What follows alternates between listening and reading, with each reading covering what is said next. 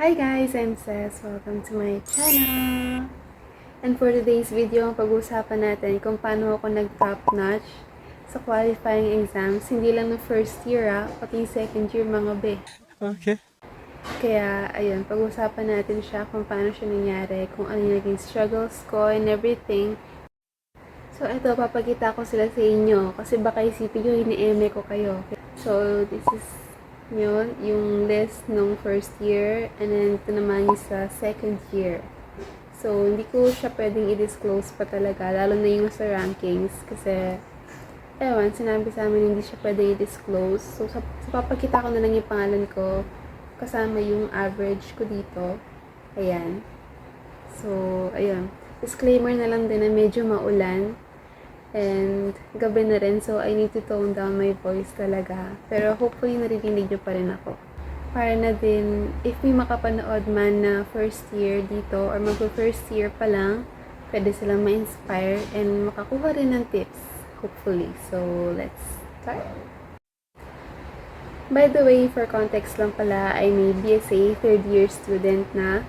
So, ayun, accountancy. And sa school kasi namin, 2 years lang yung qualifying exam ko sa first year and sa second year. So, pagka napasa mo na yung dalawang yon, then accountancy student ka na talaga hanggang sa mag-graduate ka. Oh my God! Given na, syempre, ipapasa mo yung required minimum grade, which is, I think, 85. Sa kada course yun. Kasi, sa third and fourth years, major courses na talaga yung mga tinitake.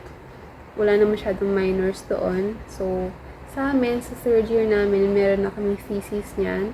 And then sa fourth year, yung immersion. So, proceed tayo sa story time before anything else. And mamaya mamibigay ako ng tips. Promise. Okay. So, no first year, syempre bago pa lang sa akin yung concept ng qualifying exams.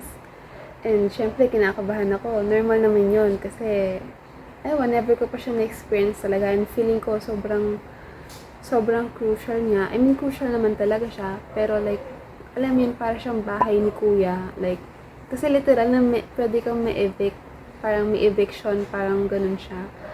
So, if hindi mo siya napasa, then bye-bye accountancy ka na. Pero syempre, pwede ko pa rin naman bumalik ng accountancy if pipiliin mo. Pero if hindi mo siya na-pass, wala kang choice kundi shift to AIS o kaya naman to other courses or programs. So, ganun siya. So, ganun kalalim yung tingin ko dun sa qualifying exams. Kaya, sobrang ginrabihan ko talaga yung pag-review ko dun. Bali, yung mga pinag-exam namin nung first year, if I remember correctly, siya, CFAS, yung conceptual framework, tapos yung intermediate accounting 1, ayan yung pinakamadugo sa kanilang lahat. And to be honest, nakalimutan ko na halos sa mga pinag-aralan namin dito. So, yung next is PACOA, which is yung Partnership and Corporation Accounting. And ito, isa rin tong medyo tricky. So, ayun. Hindi naman siya ganun kadugo gaya nito, pero may trabaho, parang ganun. So, and then yung isa naman is FAR, yung Financial Accounting Reporting something. And sa amin, pinagsama na sila ng CFAS kasi pero silang parang foundation talaga, foundational. And dito, gumawa rin kami ng worksheet talaga from scratch. So, doon talaga na-test kung may natutunan ka ba. Ganun. And, ayun, thank you Lord. Nakagawa naman ako ng worksheet and nahanap ko naman yung tamang balance. Like, literal na balance ko talaga sila. So, yung nangyari kasi nun sa worksheet, nung gumagawa ko ng worksheet, hindi siya nagkasya. So, kumbaga, di ba yung worksheet malaki yun? So, yung sa akin kasi, hindi siya nagkasya sa isang buong page. Bali yung totals ko. Wala akong space na mapaglagyan dun sa isang worksheet na pinagawan ko ng lahat-lahat. So, kailangan kong gumamit ng isa pang worksheet. Kaya ako nun, syempre, kabadong-kabado ako. Hindi ko naman nung gagawin ko. Kinakabahan ako. Bali, lumapit ako dun sa nagbabantay sa amin. Nagtanong ako kung pwedeng gumamit ng isa pang worksheet. Pati siya kasi nagtaka. Pati siya nagtaka, di lalo akong kinabahan. So, ayun, buti na lang, pumayag siya. Bali, in-staple ko na lang sila ng dalawa. So, yung sa isang unang page, andun lahat ng details, and then dun sa pangalawang page, andun yung totals. So, nahiwalay pa yung totals nun. So, ayun, kwento ko lang. Kasi, yun yung isa sa mga pinaka-memorable moments ko nun, nung first year na qualifying exams. So, ayun.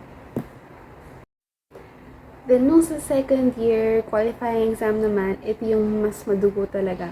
Kasi, ito talaga yung magdidikte eh. Like, alam mo yun, ang dami mo ng efforts na binigay, ang dami mo ng sacrifices na ginawa dun sa first and second year. So, yung second qualifying exam talaga yung magsasabi para dito ka ba talaga sa program na to. So, yung kaba ko nung first qualifying exam, kumbaga, triplehin nyo, kaya times 5 nyo pa, kasi ganun talaga siya ka-crucial sa magiging fate mo dito sa program na to. So, ayun, yung subjects na pinag-test namin noon, 5. Madudugo silang lahat. Bali, wala magpapatalo sa kanilang lahat. So, yung una, if I remember correctly, income taxation, di ba? Kasabog. Unang-una si income tax. Thankfully, marami naman ako napanood na YouTube videos dito. Kasi, sobrang hirap talaga ng tax. Ang hirap niyang intindihin. Lalo na if hindi masyadong maayos or like, hindi masyado kapulido yung pagtuturo ng prof. So, ayun, yung YouTube talaga yung naging go-to ko. And then, yung next subject na pinag-test namin is Intermediate Accounting 3. So, dito yung mga special transactions, parang ganun. Yung cash and accrual basis and everything. And then, ayun, madugo din to. Thankfully, hindi naman ako like ganun ka na nagpanic or like na nag-breakdown nung times na yon. Hindi ko alam, pero nung nag-exam ako, I was like, at peace ako, parang ganun. I mean, marami din ako hindi nasagutan, pero yung pakiramdam ko parang it's okay, parang it's gonna be okay, parang ganun. So, ayun, ganun lang siya. And then, nung sa third subject naman, I think it was law, publicon, obligations and contracts. Ayan, yung exams, okay naman siya. Okay siya. Kumbaga, more on understanding kasi talaga yung ginawa ko sa law. Lalo na kasi yung naging experience ko sa law, like, yung sa pag-aaral talaga, hindi yung sa exams. It was poor talaga. Kasi yung prof namin, hindi siya ganun ka magturo sa amin. More on recitations kasi siya. And then less teaching. Parang ganun. So, self-study talaga yung ginawa ko talaga sa law. Like, all throughout the year. Kasi, yung buong year kasi na yun, isa lang yung naging law prof namin. Pareho lang, siya lang first and second sem siya. So, bali, nahirapan talaga kami ng bongga nun. So, ayun, umasa din ako nun sa YouTube. Maraming law videos doon. Mamaya sasabihin ko ano yung mga pinanood kong mga YouTube channels para makatulong din sa iba na, ayun, lalo na sa mga upcoming first year students na makakapanood nito. So, ayun. Yung fourth course naman is cost accounting. Cost accounting and control. Ito yung pinaka-love ko sa kanilang lahat. Yeah. Surprisingly, nagustuhan ko siya. Hindi naman siya yung ganun kadugo. I mean, in my opinion. More on kasi siya, analysis talaga. If, hindi mo naman kailangan ng magaling sa math. I mean, I think naririnig naman na lahat yan. Kapag sa accounting, hindi mo naman talaga kailangan ng magaling sa math. Kasi ako, ayoko rin ng math. Kumbaga, yung best friend ko talaga dito is yung calculator ko. Pero sa cost accounting and control kasi, more on siya, problem solving talaga yun siya. If naalala niyo yung mga type ng problems nung mga grade school, ganon, yung mga ganon sa math, if may mga apples and oranges, parang ganon ko siya ilalagay sa isang analogy. Parang ganun yung, yung level of difficulty niya para sa akin.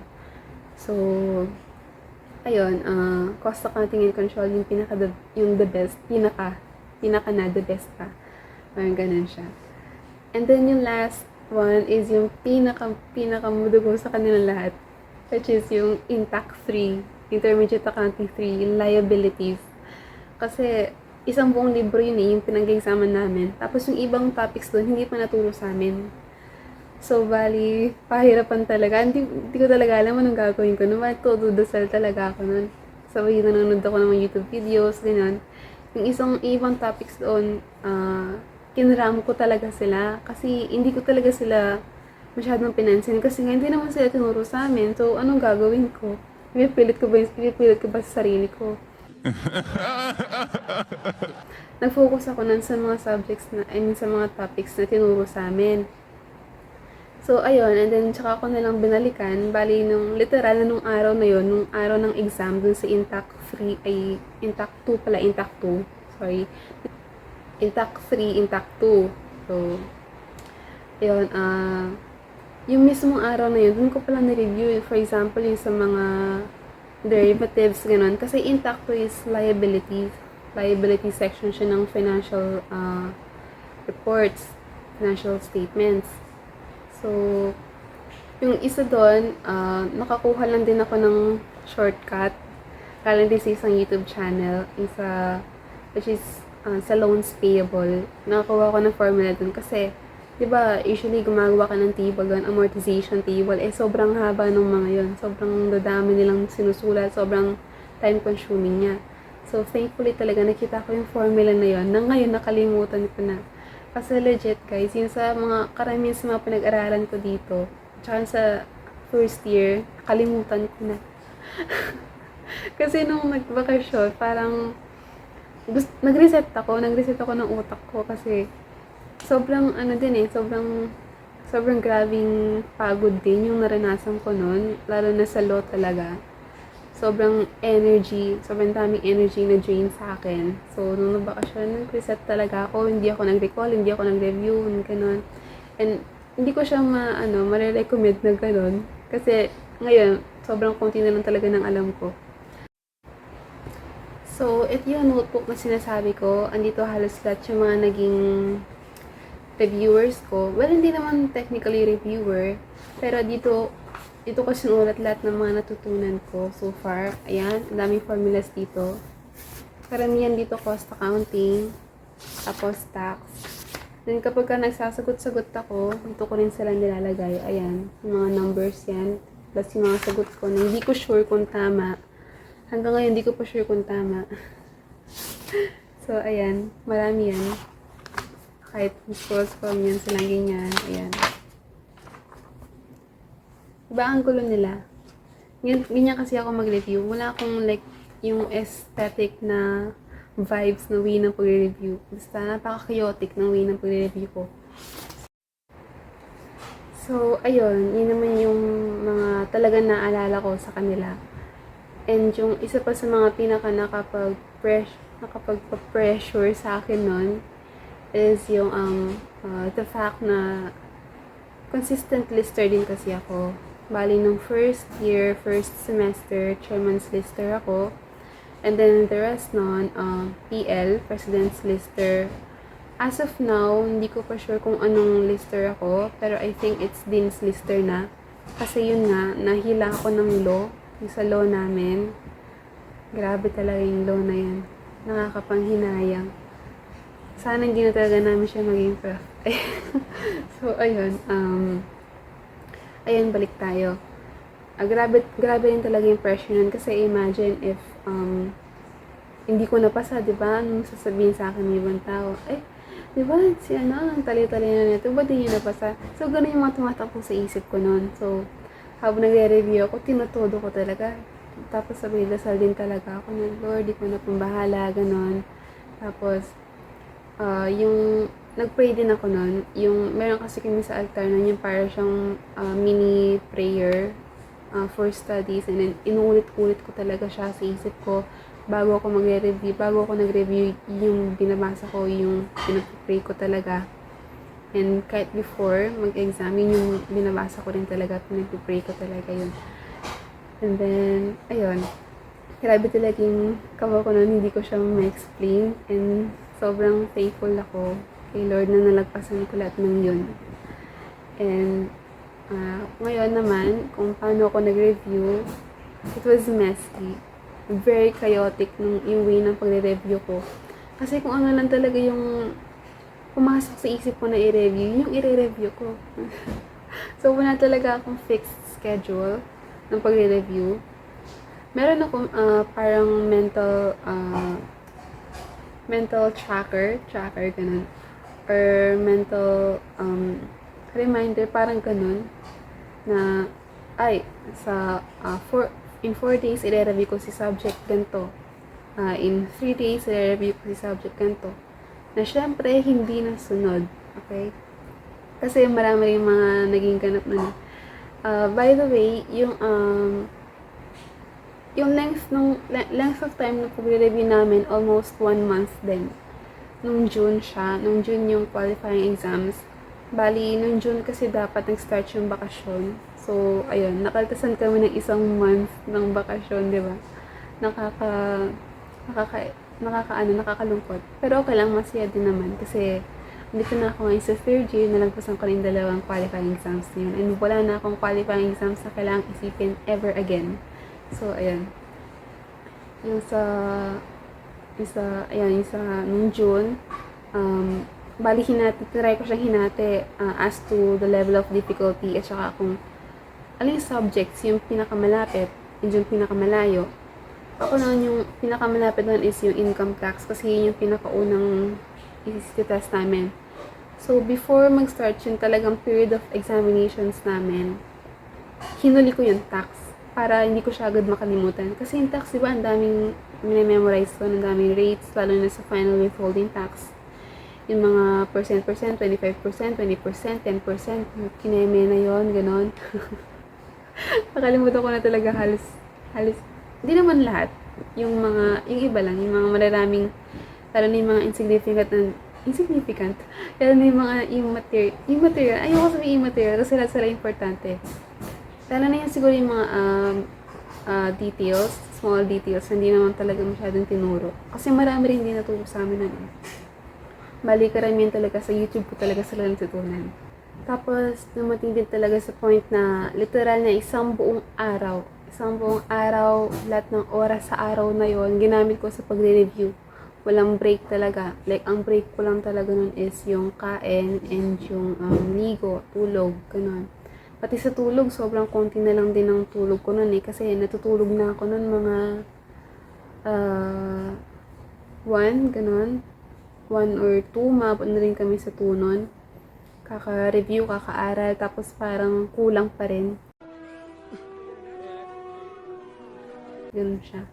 Ganun ka-intense yung naging preparation season nun. Kanina ko minimension yung mga YouTube videos na yan. So, ito sila yung mga heroes ko talaga sa yung mga times na yun. And yeah, I believe magiging heroes ko pa rin sila ngayon. Kasi marami kaming mas may hirap na courses ngayon, like auditing, di ba? Audit theory. So, good luck na lang. Good luck, self. So, isa sa mga YouTube channels na yun is si Servin. Alam niya si Servin. Siya. And, yun, sobrang helpful na mga videos niya kasi sobrang galing niya magturo. Kumbaga, yung way ng pagtuturo niya, sa kanya ko kinukuha yung understanding, kasi yung pagtuturo kasi niya parang ipipilit niya talagang i-ano sa utak mo eh, ganun siya. And ganun yung mga gusto kong style ng pagtuturo talaga. Hindi yung isang turo lang, okay, go, bye-bye. Mahirap matuto ng ganun. And then next naman is itong Filipino accounting tutorial, si Sir Den, magaling din siya magturo. Apaka-simple lang niyang magturo, mag-discuss, pero andun talaga yung heart nung topic. May gets mo talaga yan siya. I mean, personally, no. And then, yung isa pa is yung Rio, yung channel na Rio. When it comes to law, si Attorney Soriano sobrang galing. Tapos, ano pa sa intact na rin, intact. Oo. Marami rin silang accounting videos actually, pero syempre it's limited kasi free lang naman yung mga yun free webinar videos. Pero sobrang laking tulong pa rin nila sa akin. And pati na rin yung sa Pinnacle Review Center, yung channel nila, sobrang galing din magturo ni Sir. Tapos yung accounting lecture series, ito yung minention ko kanina na loans payable, yung formula, yung magic formula na nagligtas sa akin. Sa kanya ko natutunan. And sobrang galing din magturo ni Sir, very straight to the point, and agad mo talaga siya maintindihan kasi napakalinis ng discussion niya. So, ayan, thank you so much sa mga channels na to. Meron pa akong ibang mga channels na pinanoodan nun, pero hindi ko na masyadong maalala yung mga names nila. Ito lang talaga yung mga naalala ko kasi nakasubscribe ako sa kanila.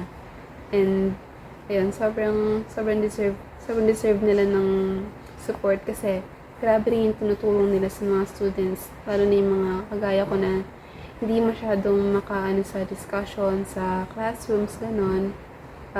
Hirap hindi makasunod sa way ng discussions ng mga professor nila. Ayan, sobrang lifesaver talaga ng mga channels na yun. And then, trust me, kasi sa kanila lang talaga ako natuto. Hindi, I'm not exaggerating it. Sa kanila talaga ako natuto. Like, ang dami kong mga notes. I mean, gumawa pa ako ng maraming notes, lalo na sa income taxation. Sobrang daming keywords, ganon. Gumawa pa ako ng parang notes sa notebook, ganon. Ang dami kong mga nasulat doon, like, yung pinaghiwa-hiwalay yung RIT, CGT, FWT, kasi hindi ko talaga maintindihan anong meron sa mga yun. Tapos yung in-explain niya, ganun pala. Si RIT, residual pala yan siya. Kapag wala siya sa FWT, tsaka sa CGT, matik na sa RIT yan. Ganun siya. So, ayun, yun yung tip number 1 ko. Manood ka ng video tutorials sa YouTube para matulungan ka talaga nila na makaintindi. And then, yung next tip ko would be understanding. Like, literal, na kailangan intindihin mo yung mga binabasa mo. Hindi yung minimemorize mo lang sila. Walang masama if mag-memorize ka, pero yung point na mag-memorize ka lang, tapos bahala ka nang dalihin yun sa exam, mahihirapan ka sa ganun.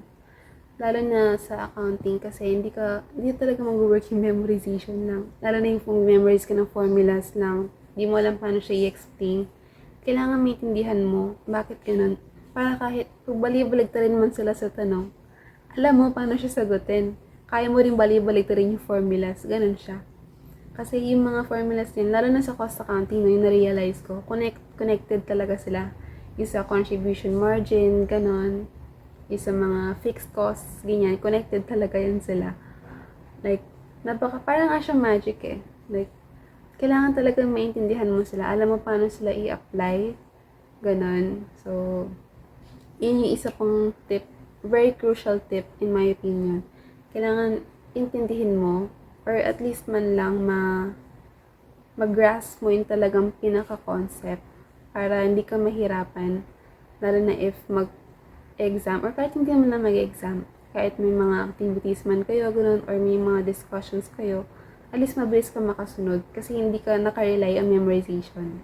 Bali yung foundation mo nun is yun sa understanding mismo and hindi sa kung ano yung tatandaan ng utak mo kasi mahirap talaga yan. So, ayun lang naman halos yung naging experience ko. Pero syempre, ng mga times na yun, sobrang haba. And parang endless siya. Lalo na ng mga times na nag-review ko, hindi ko alam, ano pang ginagawa ko sa buhay ko? Parang ganun yung mga nangyayari sa isip ko. Pero andito na ako, hindi na ako pwedeng umatras. So, ayun lang naman siya. Kasi yun nga, hindi talaga maayos yung way ng pag-review ko nun. Very chaotic siya.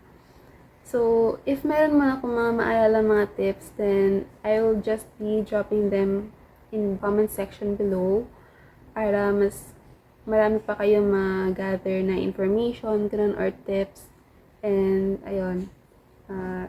sobrang saya ko lang kasi ang daming nanood dun sa short na in-upload ko, yung may journey as a first year accounting student.